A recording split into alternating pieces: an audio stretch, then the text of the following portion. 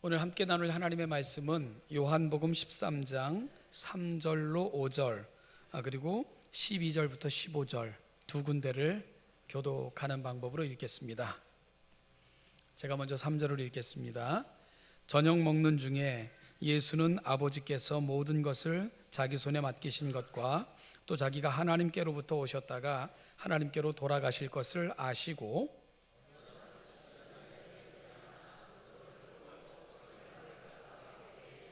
이에 대야에 물을 떠서 제자들의 발을 씻으시고 그 두르신 수건으로 닦기를 시작하여 12절 읽어주시죠.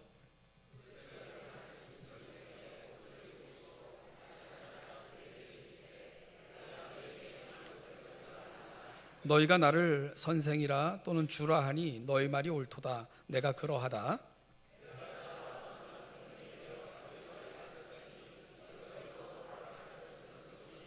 같이 읽죠. 내가 너희에게 행한 것 같이 너희도 행하게 하려 하여 본을 보였노라. 아멘.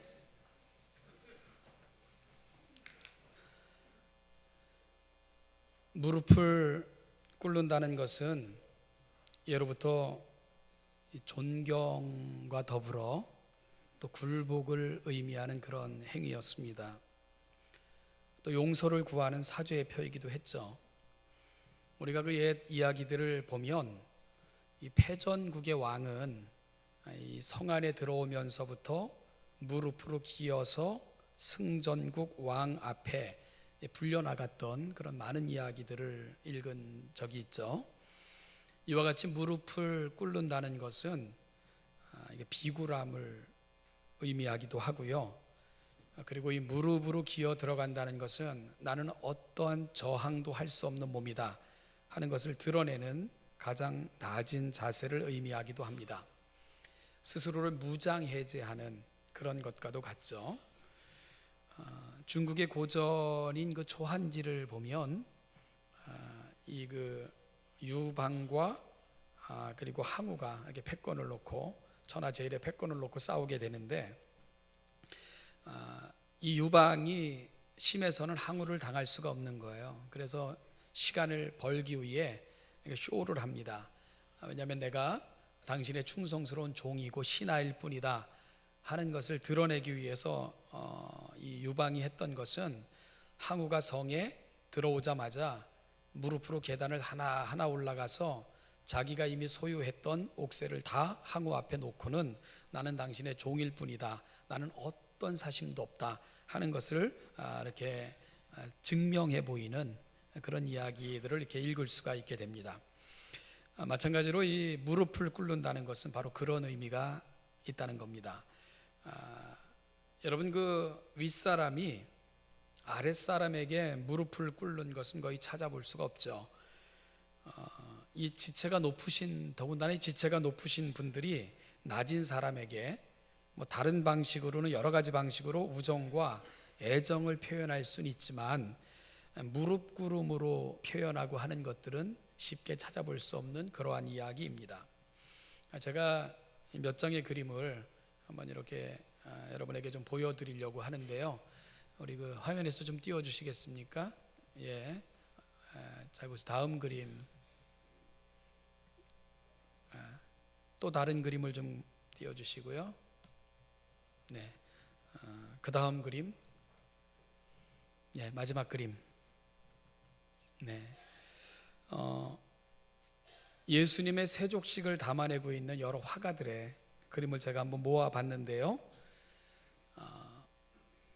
이 여러 화가들의 그림에서 공통적으로 볼 수 있는 것은 그 예수님께서 제자들의 발을 씻기실 때에 이렇게 무릎을 꿇고 그렇게 제자들의 발을 씻기셨던 것을 공통적으로 이렇게 그려내고 있는 것을 우리가 보게 됩니다. 이 그림을 그리는 분들이 대충 그리지 않잖아요. 글을 쓸 때도 그렇고 그림을 그릴 때도 그렇고 철저한 고증을 거쳐 그리고 또 이런 그림을 그릴 때는 사실에 입각해서 그렇게 그림을 그리려고 하죠. 그러니까 그림을 그렸던 분들은 그 당시 이 무릎을 꿇는다는 의미, 그리고 예수님께서 세족식을 행할 때 어떻게 행하셨을까 하는 것들을 시대와 역사적 정황을 고려해서 그림을 그려내고 있다는 것을 알게 되고요. 이들의 그림에서 분명히 볼 수 있는 것처럼 예수님 당시 누군가의 발을 씻긴다는 것은 그 발을 씻겨주는 자, 그러니까 내가 발을 씻겨주는 자의 종이라 하는 것을 고백한다는 것과 같은 의미를 지니고 있었던 것을 알게 됩니다. 따라서 무릎을 꿇고 누군가의 발을 씻어주는 것, 이건 가장 낮아짐의 표현이고요. 누구와도 비교할 수 없는 천한 자임을 스스로 드러내는 행위가 무릎을 꿇고 남의 발을 씻어주는 것, 가장 낮아짐, 더 이상 낮아질 수 없는 것, 그게 무릎 꿇고 누군가의 발을 씻어주는 그런 행위가 담고 있다는 것입니다. 그래서 오늘 본문에서 자신의 발을 씻어주시는 주님께 베드로가 뭐라고 말합니까? 주여, 주께서 내 발을 씻기시나이까? 상식적이지도 않고 보아왔던 것과 생각하는 것과 전혀 다르다는 것을 베드로가 놀램을 표현하고 있는 겁니다. 이 로마 역사를 보면 가장 그 폭군 중에 한 사람으로 알려진 칼리큘라라는 황제가 자기의 힘을 과시하고 그 다음에 로마는 모두가 내 종이야 하는 것을 드러내기 위해서 이 로마의 원로들 모두를 자기 앞을 지나가면서 자기의 발을 일일이 씻어주고 그리고 발에 무릎 꿇고 발에 입을 맞추고 지나가게 했다는 그런 기록이 전해져 오는 것을 볼 때에 이 무릎을 꿇고 발을 씻는다는 거, 이거는 가장 낮아짐, 더 이상 낮아질 수 없는 그런 행위를 내포하고 있다는 것을 알 수가 있게 되는 겁니다. 유대인들에게는요, 식사 전에 발을 씻는 그런 습관들이 있었는데요, 그런 일은 전부 종들이 맡아서 하는 일이었고요. 어떤 모임에 종이 없다고 치면 어떤 모임에서 식사 전에 발을 씻는다 그러면 그 모임의 가장 낮은 자가 위에 있는 윗분들의 발을 씻어주는 것, 그것이 유대 사회에서의 관습이었던 것을 우리가 이렇게 보게 됩니다. 여러분, 따라서 누군가의 발을 씻어준다는 것은 내가 당신의 종입니다, 나는 더 이상 낮아질 수 없는 가장 낮은 자입니다 하는 것을 드러내는 행위였다는 것을 우리가 알게 되는 거죠. 그런데 오늘 본문에서 누가 그 일을 하고 계시죠? 예수님이 그 일을 하고 계신다는 겁니다. 무릎을 꿇고 그리고 제자들의 발을 씻어주고 계신 겁니다. 그러면 이 장면을 보면서 우리 이런 질문을 해야 돼요. 지금 제자들의 발을 씻어주기 위해 무릎 꿇고 이 일을 행하고 계신 그분은 누구신가? 그 질문을 좀 해보실 필요가 있습니다. 요한은 그의 복음서를 쓰면서 이렇게 이 복음서를 쓰게 된 목적을 설명합니다. 예수께서 제자들 앞에서 이 책에 기록되지 아니한 다른 표적도 많이 행하셨으나 오직 이것을 기록함은 너희로 예수께서 하나님의 아들 그리스도이심을 믿게 하려 하며 또 너희로 믿고 그 이름을 힘입어 생명을 얻게 하려 함이라. 여러분, 요한이 복음서를 쓰고자 할 때에 예수께서 행하시고 가르치신 모든 것을 쓰고자 하는 목적을 애초부터 갖고 있지 않았습니다. 예수님이 행하시고 가르친 많은 일 중에 일부를 선별하여 기록하고 있다는 것을 요한은 밝히면서 그의 복음서를 써나가고 있는 겁니다. 그럴 때 그가 선별하여 기록한, 그가 취한 그 자료들은 뭐냐? 바로 예수가 누구신가, 이거를 보여줄 수 있는 가장 좋은 것들만 내가 기록하고자 합니다 하는 것을 밝히면서 요한은 그의 복음서를 쓰고 있다는 거죠. 그리고 그의 복음서는 이렇게 시작이 됩니다. 태초에 말씀이 계시니라, 이 말씀이 하나님과 함께 계셨으니 이 말씀은 곧 하나님이시니라. 말씀은 예수님을 말합니다. 태초는 천지가 창조되어지던 때를 말합니다. 그런데 온 세상이 생기기 그 전부터 예수는 있었다, 이렇게 선언하고 있는 겁니다. 여러분, 그렇다면 이 말 속에서 우리가 찾아내야 될 진실은 뭐죠? 예수님은 피조물이 아니다 하는 사실을 밝히고 있는 겁니다. 그렇다면 피조물이 아닌 그분, 그럼 뭐가 됩니까? 그분은 창조주가 되는 거예요. 그래서 이 말씀이 하나님과 함께 계셨으니, 함께 계셨다는 건 뭐냐면 하나님과 함께 천지 사역을 이루어 가신, 바로 이 땅에 오신 말씀이신 예수님은 창조주이시다 하는 것들을 요한이 밝히면서 바로 그 예수님이 하나님이십니다 하고 밝히고 있는 것을 우리가 보게 되는 겁니다. 요한은 끊임없이 이 사실을 그가 선별하여 기록한 사건, 예수님의 말씀을 통해서 증명해 가고 있는 겁니다. 이 땅에 육신을 입고 오신 예수님, 그분은 곧 영원전부터 계시고요, 이 세상의 모든 것을 있게 하신 창조주, 지금도 일하시는 하나님, 그분이 바로 우리 가운데 오신 예수님이십니다. 이 사실을 요한은 밝혀주고 있는 겁니다. 자, 그렇다면 여러분, 앞에서 드렸던 질문에 대해서 우리가 답을 할 수 있게 되는데요, 지금 제자들의 발을 씻어주기 위해 무릎을 꿇고 제자들의 발을 하나하나 씻기시고, 그리고 허리에 찼던 수건으로 그 물기를 닦아주고 계신, 엎드려서 일을 하고 계신 그분이 누구십니까? 창조주 하나님이십니다. 창조주 하나님이 피조물 앞에 엎드려 그 피조물의 발들을 하나하나 씻겨놓고 계신 장면, 그것이 바로 오늘 세족식이 갖고 있는, 우리가 보아야 될 진정한 그림이라는 겁니다. 제가 누가복음을 강의할 때도 이런 질문을 드렸었고요, 또 사도신경을 강의할 때도 이런 질문을 드렸었습니다. 예수님이 동정녀의 몸에서 오셨던 이유가 뭘까? 이런 질문을 드렸어요. 왜 예수님은 동정녀의 몸을 빌어 이 땅에 오셔야만 됐는가? 그리고 제가 드린 답이 있습니다. 그 답이 뭡니까? 자격을 갖추기 위함이다, 그런 말씀을 드렸어요. 여러분, 그런데 예수님이 동정녀의 몸을 통해서 오시면서 갖추고자 하셨던 그 자격이 뭐냐? 어떤 자격입니까? 죽을 자격이에요. 죽을 자격. 예수님이 이 세상에서 공생애를 처음 하셨을 때 그의 나타나심을 보고는 요한이 이렇게 소리쳤습니다. 보라, 세상 죄를 지고 가는 하나님의 어린 양이로다. 여러분, 요한은 예수님이 이 땅에 오신 이유를 너무나도 분명하게 알고 있는 거예요. 세상 죄를 지고 가는 어린 양이 되기 위해 오셨다. 여기서 어린 양의 개념은 유월절 양을 의미합니다. 유월절 어린 양은 백성들의 죄를 속하기 위해 그 죄를 전가받고 죽어간 그 양을 유월절 어린 양이라고 이야기하죠. 그런데 여러분, 유월절 양은 어떤 양이든지 될 수가 있는 게 아니에요. 유월절 양이 되기 위해서는 그 양은 자격을 갖추어야 됩니다. 그 자격이 뭐죠? 흠과 티가 없어야 됩니다. 그런데 예수님께서는 세상의 모든 죄를 사하시기 위해 유월절 양, 속죄 양으로 이 땅에 오신 거예요. 그러려면 자격이 있어야 됩니다. 어떤 자격인 줄 아십니까? 죄가 없어야 되는 거예요. 죄 없는 자만 죄 있는 자의 죄를 대신할 수 있기 때문에 그런 겁니다. 그래서 예수님께서는 성령으로 동정녀의 몸을 빌어 죄의 유전과 그 영향으로부터 벗어나기 위해 동정녀의 몸을 통해 이 땅에 오셨던 거예요. 따라서 동정녀 탄생이 갖고 있는 진정한 의미는 자격을 갖추는 사건, 스스로가 자격을 갖추셨는데 그 자격이 뭐냐? 죽을 자격을 갖추시는 겁니다. 나무로 위해 죽을 자격, 그것이 동정녀 탄생이 갖고 있는 진정한 의미라는 것입니다.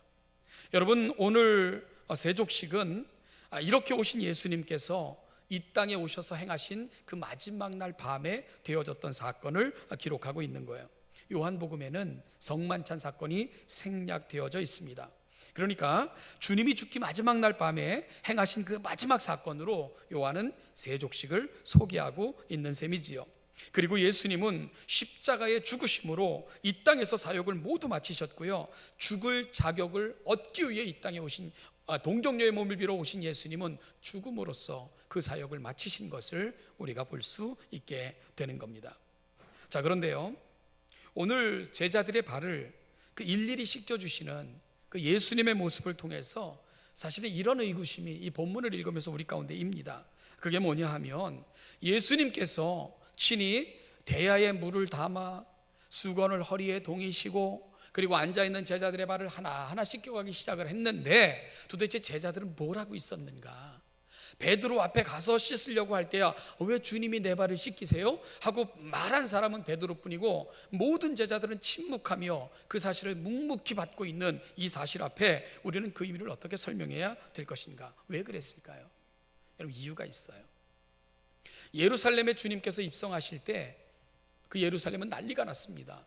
막 종려나무를 흔들며 다윗의 자손으로 오신 예수여 찬송하기 시작을 했고요, 많은 사람들은 겉옷을 벗어 예수님이 지나가시는 발 앞에 펼치면서 마치 왕의 행렬을 맞이하는 것처럼, 마치 레드 카펫을 까는 것처럼 그렇게 예수님을 맞이했다는 거예요.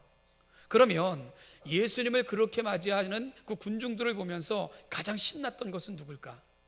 제자들이 가장 신난 거예요. 제자들은 드디어 우리 주인께서, 우리 주님이 이제 왕관을 받으러 가시는구나, 이제 왕으로 등극하시겠구나, 이렇게 생각을 했던 것입니다. 그래서요, 엄마들까지 동원하면서 로비를 하기 시작을 했고, 그 엄마들은 예수님 앞에 와서 뭐라고 말합니까? 내 아들을 좌편에 우편에 앉아 주십시오 하면서 로비를 벌이는 장면을 우리가 이미 보았지 않습니까? 왜 그렇죠? 이제 고생 끝, 행복 시작이라 이렇게 생각했던 거예요. 야, 예수께서 왕이 되시는구나, 우리도 이제 한 자리 하겠구나, 잔뜩 기대에 부풀러 그들은 예수님을 따라 예루살렘에 입성한 것입니다.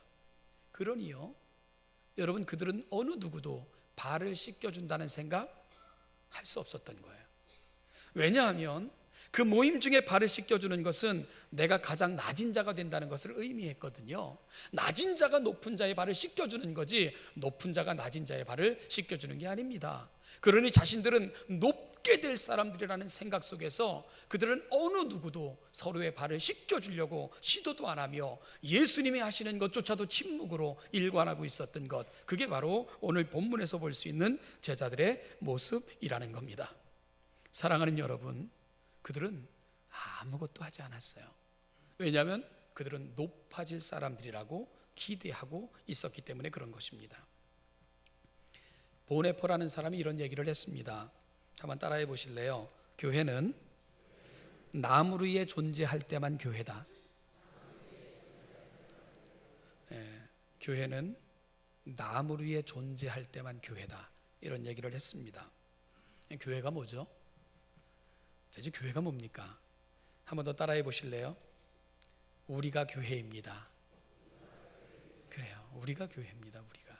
교회는 건물도 아니고 조직도 아니고 바로 우리가 교회입니다. 따라서 교회는 어떨 때만 교회라고요? 나무 위에 존재할 때만 교회가 되는 겁니다. 교회의 가치는 철저한 섬김과 수고에서 그 가치가 발견되어지고 찾아진다는 그런 고백인 셈입니다. 조선시대 역사를 읽다 보니까 세종시대 최만리라는 사람에 대해서 이렇게 읽어봤는데요, 이 최만리라는 사람은 오랫동안 이 집현전은 최고의 학자들만 이렇게 거했던 곳인데, 몸을 담고 옛날 시대 제도들, 고제, 그 다음에 고서, 이런 걸 연구했던 조선 전기 역사에서 가장 뛰어난 학자 중에 한 사람으로 그렇게 인정받는 사람이 최만리입니다. 그런데 이 사람이 왜 더 이름이 알려지게 됐냐면, 이 사람은 세종이 하는 일이 못마땅했어요. 그게 뭐냐면 한글을 만드는 겁니다. 그래서 한글을 만나면 나라가 망한다고 끊임없이 상소하며 그 일을 방해했던 인물이 최만리이기도 합니다. 여러분, 그런 그가 나중에 세종에게 굴복하면서 항복을 시인하면서 이런 말을 했습니다. 정치란 누가 더 높은 자리에 오르고 큰 권력을 얻는가를 따지는 게 아니라 서로 조합해 좋은 세상을 만드는 것이다. 굉장히 훌륭한 분이죠. 당대는 언제나 난세다. 전하와 나는, 그러니까 세종과 저를 말하는 거예요. 저마다의 소신으로 난세를 건너왔다. 하지만 그 문자는 인정할 수 없다. 끝까지 이제 한글을 인정할 수 없다는 거예요. 그러나 그 헌신만은 인정해서 당신에게 지는 거다. 저분은 가장 높은 곳에 계신 분이며 또 가장 낮은 곳에 계신 분이기 때문이다. 내가 한글 때문에 지는 게 아니라 당신 때문에 지는 거다. 그런 고백을 하는 거예요. 여러분, 세종이 최만리를 굴복시켰던 왕으로서의 권위와 위엄 혹은 정치적 압박으로 그를 굴복시킨 것이 아닙니다. 가장 낮은 곳에서 백성을 사랑하고 열정적으로 헌신하고 그리고 섬기는 리더십, 희생의 리더십, 최만리가 세종 곁에서 그걸 본 거예요. 그래서 내가 당신에게 그것 때문에 지는 거다. 그 헌신과 희생을 내가 따라갈 수 없기 때문에 내가 당신에게 지는 거다. 그러면서 굴복했던 그 역사를 읽을 수가 있게 됩니다. 사랑하는 신원예담교회 성도 여러분, 예수님, 오늘 제자들 앞에 무릎 꿇고 발을 씻겨주고 계신 분, 그분이 누구십니까?